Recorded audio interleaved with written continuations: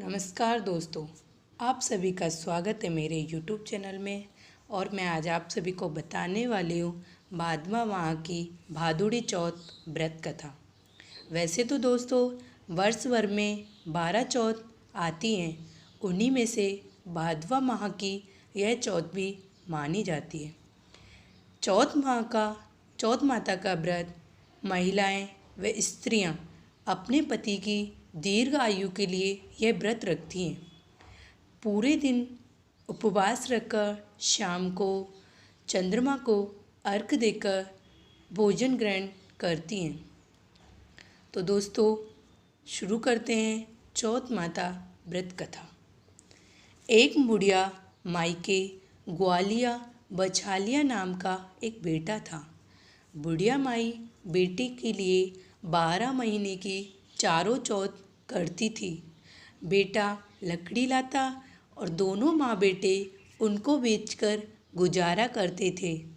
बुढ़िया माई रोजाना लकड़ी में से 2 लकड़ी रख लेती थी और चौथ के दिन बेटे से छिपकर सामान लाती और 5 पुआ बनाती।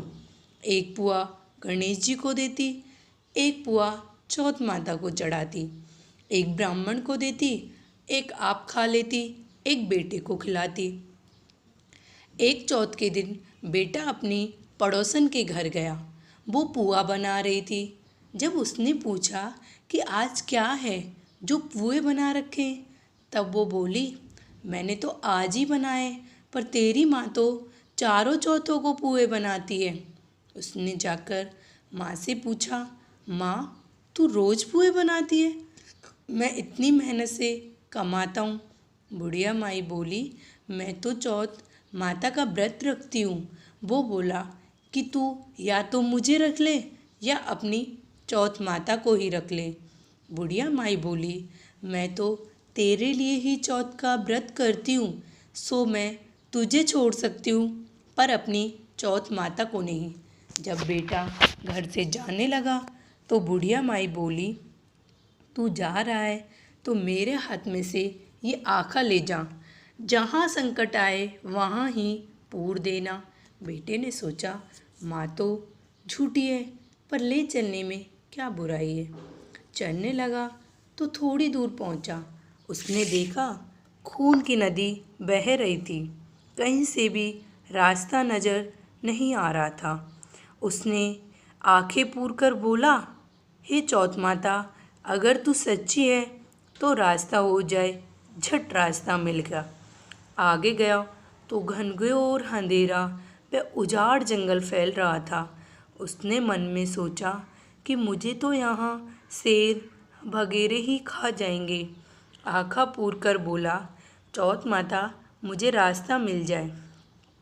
जल्दी से रास्ता मिल गया। आगे चला। जाते जाते एक राजा की नगरी में पहुंचा। वो राजा एक आदमी की बलि देता था। बुढ़िया माई के पास गया। बुढ़िया माई रोती जा रही थी और पुए बनाती जा रही थी। तो वो बोला कि माँ तू रो क्यों रही है? जब वो बोली कि मेरे एक ही बेटा है जिसकी कल बलि चढ़ जाएगी, उसी के लिए पुए बना रही हूँ। वह बोला, अपने बेटे के बदले पुए मुझे खिला दे, मैं राजा की बलि चढ़ने के लिए चला जाऊँगा। माई ने उसे पुए खिला दिए। राजा का संदेशा आया तो माई ने सोचा कि दूसरे के बेटे को मैं कैसे भेज सकती हूँ, पर शोर सुनकर उसकी आंखें खुल गई। वो राजा के आदमियों के साथ चला गया। उन सब ने मिलकर उसे हाव में चुन दिया।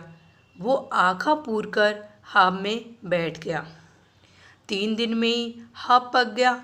हाव के पास बच्चे खेल रहे थे। उसमें से आवाज़ आई। बच्चों ने राजा को जाकर कहा, आपका हाव तो पक गया। राजा ने सोचा कि हाव तो 8 दिन में पकता है, आज तो 3 ही दिन हुए, वो कैसे पक सकता है। जाकर देखा तो सोने चांदी के कलश हो गए। अंदर से आवाज़ आई, धीरे से उतारो, अंदर आदमी है।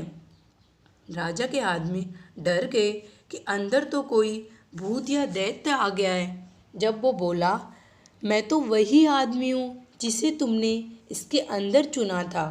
देखा तो अंदर हरे हरे ज्वार उग रहे थे। उसको राजा के पास ले गए। राजा ने पूछा, तू कैसे बच गया? तो वो बोला, मेरी माँ मेरे लिए चौथ का व्रत करती थी।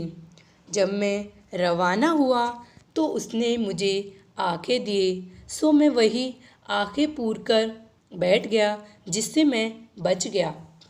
राजा बोला, एक घोड़े पर तू बैठ जा, तेरे साकल बंधी रहेगी, जो खुलकर मेरे बन जाएगी तो मैं तेरी चौथ माता को सच्ची मानूंगा। वो आगे पूर कर बोला, चौथ माता अब तू ही लाज रखना। झट साकल खुलकर राजा के बंध गई। राजा ने अपनी बेटी की शादी उसके साथ कर दी और खूब धन देकर विदा किया। पड़ोसन बोली, माई तेरे बेटे बहू आए हैं। छत पर चढ़कर देखा तो सच में बेटे बहू आ रहे थे। हे चौथ माता, जैसे तू बुढ़िया माई और उसके बेटे को टूटी, वैसे ही सब पर टूटना। कहता न सुनता न, हुकारा भरता न, अपना सारा परिवार न टूटिया। तो दोस्तों, यदि आपको मेरी वीडियो अच्छी लगी हो तो प्लीज़ इसे लाइक, सब्सक्राइब एंड शेयर करना बिल्कुल ना भूलें और साथ में आए बेल आइकन को दबाना भी ना भूलें, जिससे आने वाली वीडियो सबसे पहले आपके पास पहुंच सके। धन्यवाद।